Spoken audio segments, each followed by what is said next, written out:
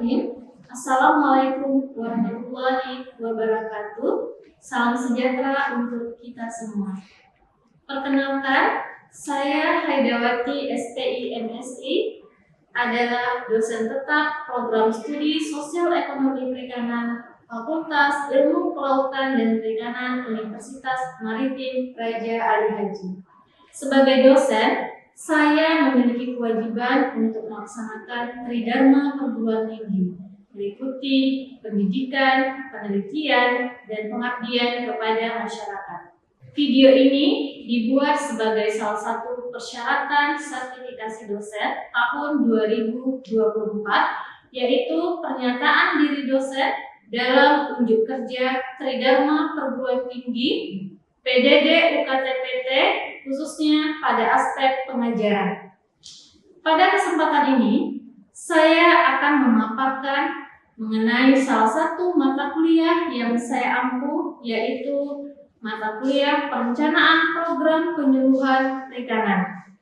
Berikut adalah deskripsi dan informasi umum mengenai mata kuliah tersebut. Mata kuliah Perencanaan Program Penyuluhan Perikanan dengan kode C11012 adalah mata kuliah kompetensi utama Prodi untuk mahasiswa semester 5 program studi Sosial Ekonomi Perikanan Fakultas Ilmu Kelautan dan Perikanan Universitas Maritim Raja Ali Haji dengan bobot 3 SKS, di mana 2 SKS teori dan 1 SKS praktikum. Mata kuliah ini memberikan pengetahuan dan informasi kepada mahasiswa mengenai dasar-dasar perencanaan program penyuluhan perikanan, meliputi pengertian dan ruang lingkup, metode penyuluhan, prinsip, model dan jenis, tahapan perencanaan program penyuluhan perikanan, tahapan evaluasi perencanaan program penyuluhan perikanan, serta menerapkan konsep-konsep perencanaan program penyuluhan melalui case method dan project based learning. Adapun capaian pembelajaran pada mata kuliah ini, yang pertama, mahasiswa diharapkan mampu memahami dan menjelaskan konsep dasar perencanaan program penyuluhan perikanan.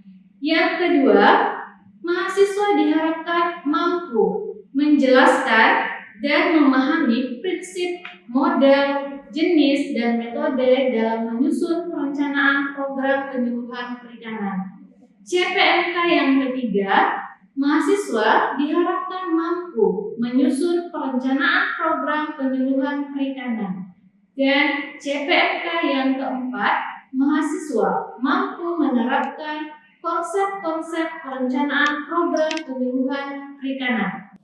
Adapun objek kajian pada mata kuliah ini selama 14 kali pertemuan di luar UTS dan UAS, yaitu terminologi perencanaan penyuluhan perikanan, prinsip-prinsip perencanaan program penyuluhan perikanan, model dan jenis perencanaan program penyuluhan perikanan, tahapan-tahapan perencanaan program penyuluhan perikanan, metode penyuluhan perikanan, evaluasi program penyuluhan perikanan, dan konsep-konsep perencanaan program penyuluhan perikanan yang berorientasi pada kebutuhan, bersifat partisipatif, berbasis bukti, dan berkelanjutan.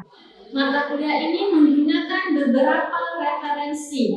Salah satu referensi yang digunakan adalah karya Khadijah Ismail dan Haidawati tahun 2021, yaitu buku ajar perencanaan program penyuluhan perikanan yang digunakan sebagai buku saku dalam perkuliahan. Proses perkuliahan dilakukan sebanyak 16 kali pertemuan termasuk UTS dan UAS secara tatap muka. Pada pertemuan pertama membahas kontrak perkuliahan, yaitu tata tertib mahasiswa dan dosen selama proses perkuliahan, seperti aturan menggunakan pakaian yang rapi dan berkerah, menggunakan sepatu, toleransi keterlambatan, serta aturan-aturan di kelas lainnya yang disepakati bersama mahasiswa. Dan pada pertemuan ini juga menyampaikan deskripsi umum tentang mata kuliah perencanaan program penyuluhan perikanan. Pada pertemuan 2, 3, dan 4, dosen memberikan penguatan materi melalui presentasi atau ceramah dan diskusi serta tanya jawab oleh mahasiswa dan memberikan kuis di akhir pertemuan untuk mengevaluasi sejauh mana penerimaan materi yang telah diberikan.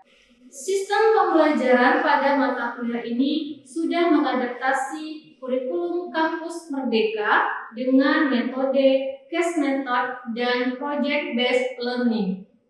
Case method dilakukan dengan cara mahasiswa membentuk kelompok dan mendiskusikan serta mengulas topik atau kasus yang diberikan, kemudian mempresentasikan hasil diskusi tersebut, yaitu pada pertemuan 5, 6, dan 7.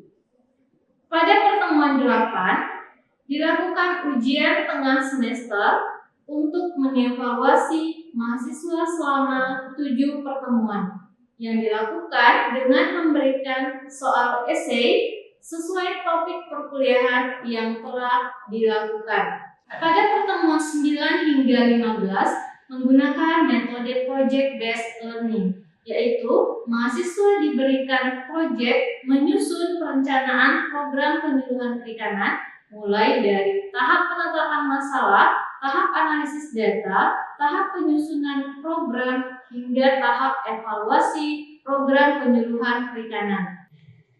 Pada pertemuan ke-16, yaitu ujian akhir semester, yang dilakukan dengan menilai hasil proyek yang dipresentasikan oleh mahasiswa.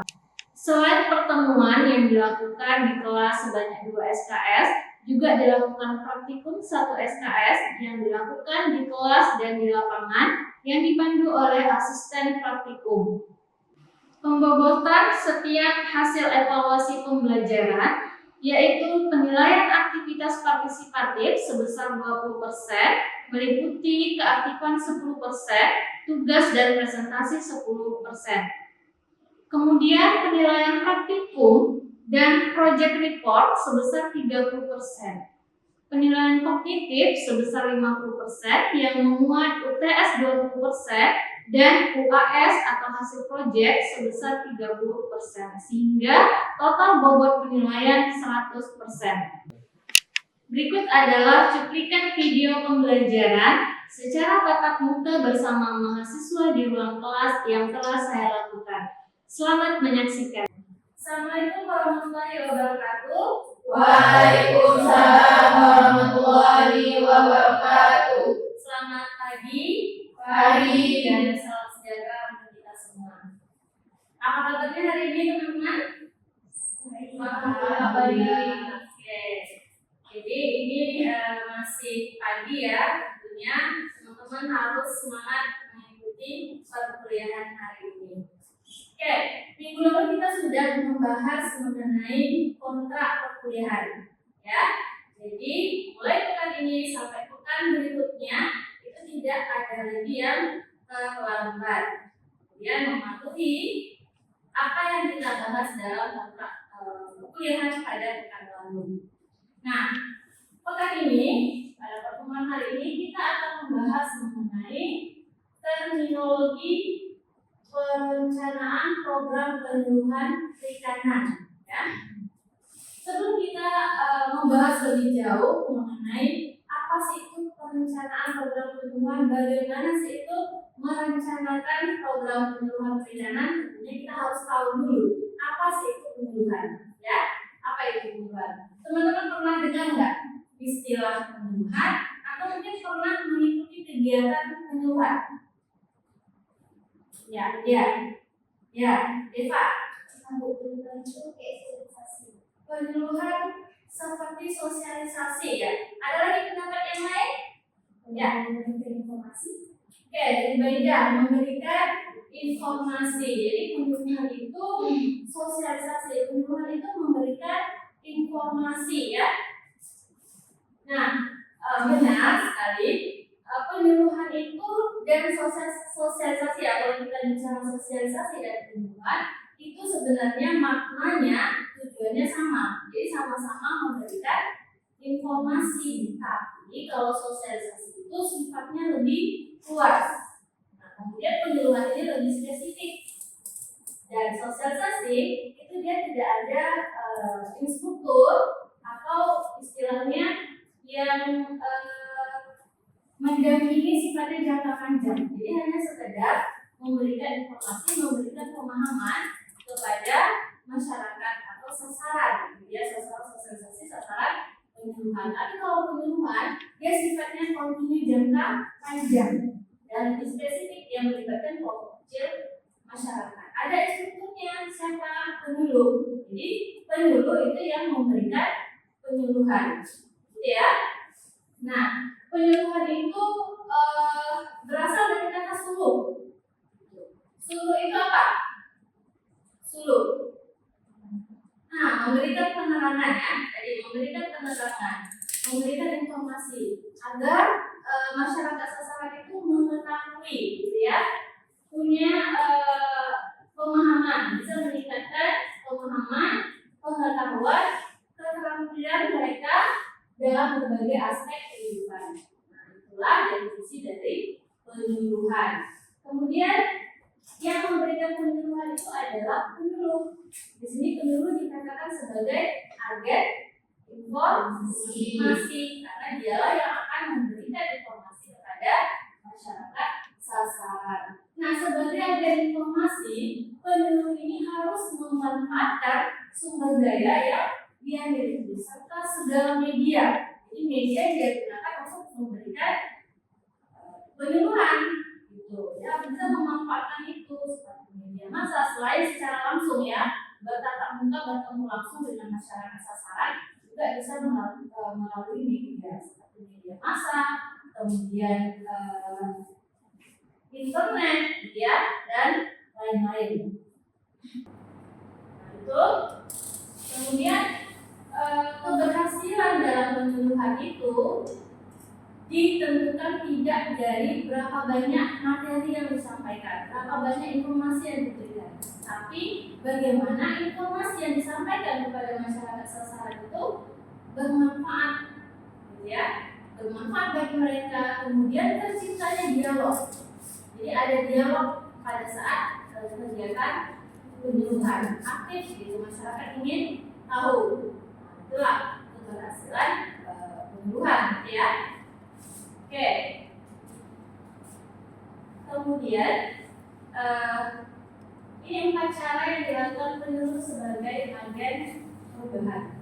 Yang pertama itu motivasi. Jadi penyuluh di sini bukan sekedar hanya memberikan informasi tadi, dia juga bisa memberikan motivasi kepada masyarakat sasaran, kemudian memberikan saran-saran yang bersifat teknis.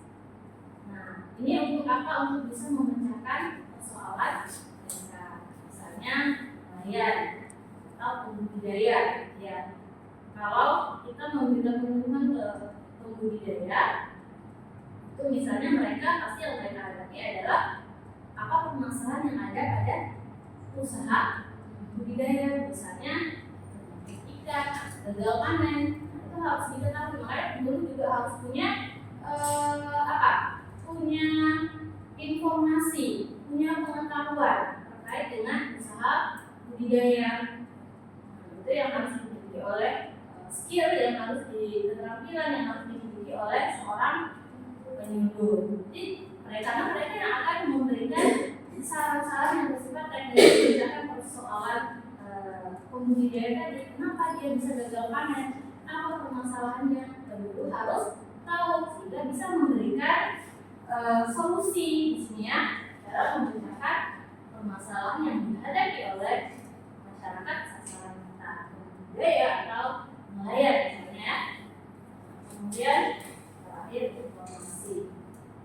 Jadi informasi ini pastinya berkaitan dengan kegiatan mereka. Nelayan, misalnya alat tangkap, ya, budidaya apa, teknologi budidaya, dan lain-lain gitu ya, cara membudidayakan ikan yang misalnya yang efektif dan lain-lain gitu ya, memberikan informasi tentang pakan ikan dan lain-lain. Nah itu. Selain itu juga penyuluh ini kan sebagai fasilitator juga dari KKP atau Dinas Kelautan dan Perikanan. Jadi informasi-informasi dari KKP, kegiatan KKP, program-programnya Kementerian Kelautan dan Perikanan itu penyuluh tahu, dan bagaimana dia bisa menyampaikan kepada masyarakat sasaran tadi, ya. Oke, perencanaan. Nah, ini yang perlu kita sebelum kita menyusun perencanaan program penyuluhan, kita harus menjawab dulu 6 pertanyaan. Jadi ada 5W, 1H. Nah, yang pertama buat apa yang menjadi tujuan kita? Apa yang pada saat kita mau menyusun program penyuluhan, apa sih yang menjadi tujuan kita? Kita mau apa? Kita mau meningkatkan keterampilan nelayan, budidaya atau apa gitu? Yang lain mau memecahkan persoalan apa? Itu dulu. Ada kegiatan penyuluhan apa yang menjadi tujuan kita? Itu yang harus dijawab. Kemudian why? Nah, mengapa tujuan ini ingin dicapai? Apa pentingnya bagi masyarakat sasaran penyuluhan? Jadi apa pentingnya itu harus kita jawab. Mengapa tujuan itu harus dicapai? Kemudian how? Bagaimana cara mencapai tujuan itu? Jadi apa metode kemudian kita gunakan agar tujuan yang sudah kita tetapkan itu bisa tercapai, gitu ya. Kemudian where? Nah, di mana kegiatan ini akan dilaksanakan? Jadi kegiatan penyuluhan nanti akan dilaksanakan di mana? Di rumah kemudian atau di balai desa atau di mana? Nah itu harus terjawab. Kita next, ini perencanaan, kemudian program. Apa itu program? Suatu pernyataan tertulis tentang keadaan, masalah, tujuan, dan cara mencapai tujuan yang disusun secara sistematis dan teratur. Nah, ini kita lihat ini apa nih? Gambar apa ini? Gambar apa? Roket. Ya, Eva. Oke, ini gambar roket kan? Ada yang melihat gambar lain? Oke, jadi ini gambar roket. Jadi gambar roket ini ilustrasi. Jadi ilustrasi program itu akan berjalan, gitu ya, akan berjalan ketika sudah memenuhi komponennya. Jadi akan kemudian roket itu akan muncul gitu ketika semua sudah ada di dalamnya. Jadi program itu akan kita jalankan ketika semua unsur-unsur ini sudah ada di dalamnya. Yang pertama apa? Keadaan. Keadaan siapa? Iya, masyarakat. Makanya kita harus mengetahui bagaimana kondisi masyarakat, keadaan masyarakat saat ini, masyarakat sasaran penyuluhan ya. Saat ini seperti apa? Bagaimana kehidupannya saat ini? Kemudian yang kedua adalah masalah. Apa masalah yang sedang mereka hadapi saat ini? Itu kita harus identifikasi. Nah, kemudian baru kita menetapkan tujuan kita. Nah, tujuan itu pastinya memecahkan persoalan, permasalahan yang ada pada masyarakat sasaran. Tuh. Kemudian baru kita menetapkan cara-cara mencapai tujuan. Jadi kita harus punya cara. Kalau kita sudah punya tujuan, mungkin tujuan itu langsung bisa tercapai. Tapi bagaimana cara kita mencapai tujuan? Apa metode yang kita gunakan? Cara yang kita gunakan untuk mencapai tujuan itu. Nah, kemudian baru kita jalankan. Makanya diilustrasikan sebagai roket. Harus menulis semua komponen itu. Dan berarti ya slide-nya. Nah ini mulai ya, mulai bagian kita menyusun proses perencanaan. nanti memberikan gambaran bagaimana proses perencanaan program pembunuhan itu. Tadi yang di awal sebelumnya ada pertanyaan kan 5W 1 H. Nah ini akan kita bahas. Jadi apa yang harus kita lakukan? Wah, ini apa yang menjadi tugas? Apa yang harus kita lakukan? Pertama, menyebarkan informasi, mengajarkan keterampilan pada masyarakat sasaran, mengajarkan usaha perikanan yang lebih menguntungkan, atau mengusahakan fasilitas saprodi, sarana produksi, kemudian menumbuhkan swadaya atau swadana bagi usaha perikanan. Nah ini misalkan ini loh yang mau kita lakukan, ya. Jadi ada berapa nih? 5 poin ini yang akan kita lakukan. Jadi kemudian terjawab nanti. Setelah kita jawab, baru kemudian kapan kita melakukan kegiatan? Bagaimana tadi ya? How dulu ya? Bagaimana cara kita melakukannya? Bagaimana cara kita bisa mengajarkan usaha perikanan yang menguntungkan, menumbuhkan swadaya bagi usaha perikanan itu harus dijawab nanti, ya. Nah, proses penyusunan perencanaan program pembunuhan. Kemudian kapan melakukan kegiatan penyuluhan? Jadi waktu kegiatan ini waktu pelaksanaan kegiatan. Waktu ini harus sesuai dengan keperluan dan kondisi sasaran. Jadi penyuluh harus tahu kalender kerja. Penyuluh harus tahu kalender kerja masyarakat sasaran, harus tahu kalender kerja nelayan atau pembudidaya ikan atau lainnya yang sebagai sasaran penyuluhan. Mereka harus tahu itu. Karena apa? Pada saat kita mau melakukan kegiatan penyuluhan, ketika kita melakukan kegiatan penyuluhan, tidak ada nelayannya misalnya, masyarakat sasaran pergi melaut semua. Tapi enggak pas waktunya, kita sudah membuang waktu, kita membuang tenaga, membuang biaya, gitu ya. Jadi kita harus tahu dulu agar tidak mengganggu. Jadi tujuannya agar tidak mengganggu kegiatan mereka sehari-hari. Maka mereka juga mau bekerja ya, jangan diganggu jadwal pekerjaan mereka. Jadi kita tahu kalender kerja mereka hari apa aja, kapan mereka free gitu, kapan mereka di rumah.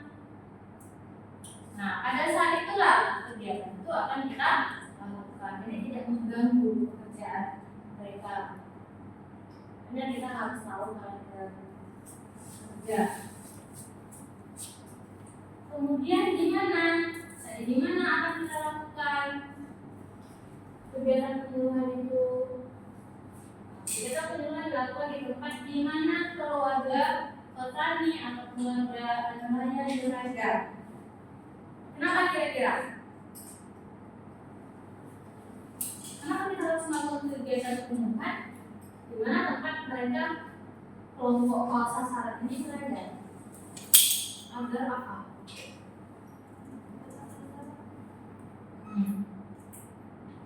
Selain itu, biar apa?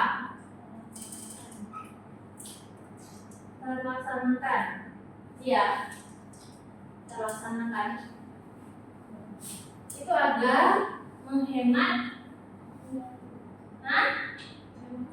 Iya, itu nggak efektif, nggak efisien ketika kita mengundang mereka misalnya pergi kemana di luar daripada tempat mereka. Hingga kita akan membutuhkan biaya lagi untuk pergi untuk kegiatan pembunuhan. Makanya sebaiknya kegiatan pembunuhan itu dilakukan di tempat di mana mereka berada. Maka di rumah kelompok nelayan, kelompok petani, pembudidaya, atau misalnya kita menunjuk balai desa untuk ruang pertemuan dengan kelompok sasaran. Ya, ada lagi yang mau ditanyakan? Saya Bu, Silakan Elis. mengapa kita perlu merencanakan program penyuluhan itu? Oke, mengapa kita perlu merencanakan program penyuluhan? Jadi ini penting agar kita bisa menetapkan tujuan yang jelas dan spesifik. Nah, itu agar kita punya tujuan yang jelas dan spesifik. Kemudian kita bisa mengelola sumber daya secara efisien, baik dari segi waktu, tenaga, biaya atau dana khususnya ya. Nah, itu pentingnya kita membuat perencanaan. Selain itu kita bisa mengidentifikasi. Jadi kita bisa mengidentifikasi masalah atau tantangan yang akan kita hadapi selama pelaksanaan program penyuluhan. Nah, itu. Jadi muaranya agar program yang telah kita susun ini bisa tepat sasaran, efektif dan efisien. Jelas di situ? Oke, ada lagi pertanyaan? Tidak, berarti jelas ya materi kita hari ini. Kalau tidak ada yang ditanyakan, kita kuis dulu. Jadi kuisnya hanya satu pertanyaan, saya kasih waktu 5 menit untuk menjawab. Jadi pertanyaannya, sebutkan tahapan perencanaan program penyuluhan perikanan.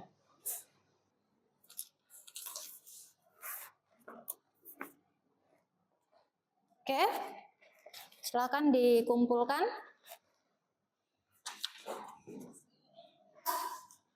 Siapa lagi? Oke.